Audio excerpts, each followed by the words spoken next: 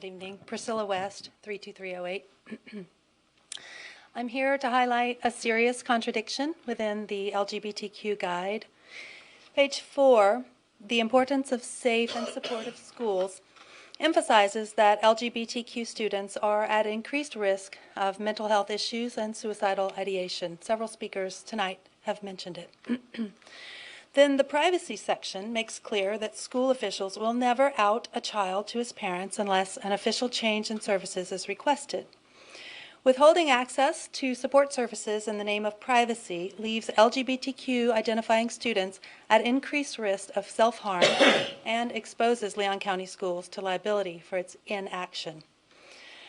In February, this board voted to update its suicide prevention policy.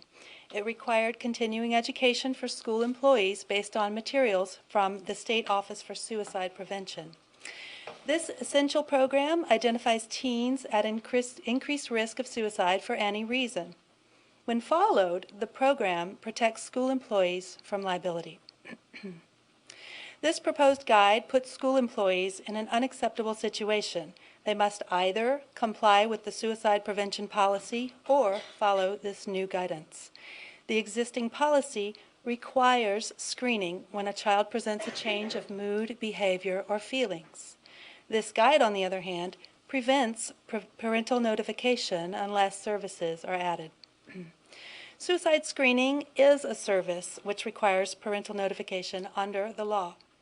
Will it be withheld in order not to out a student? The conundrum created by this guidance falls squarely on school employees who are being told not to reveal a student's LGBTQ status to parents due to the cited suicide risk. Are we willing to withhold suicide prevention services in the name of privacy? How does this help the teen who, the guide tells us, needs extra protection due to increased risk? It is abhorrent to cite suicide risk as justification for withholding information from parents. Do you truly want to help these kids in Leon County Schools? Do you want to support parents who entrust their children to you? Do you want to follow the law of the state of Florida?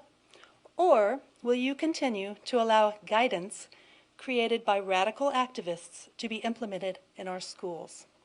That's the question. Thank you. Thank you for your comment. Next speaker.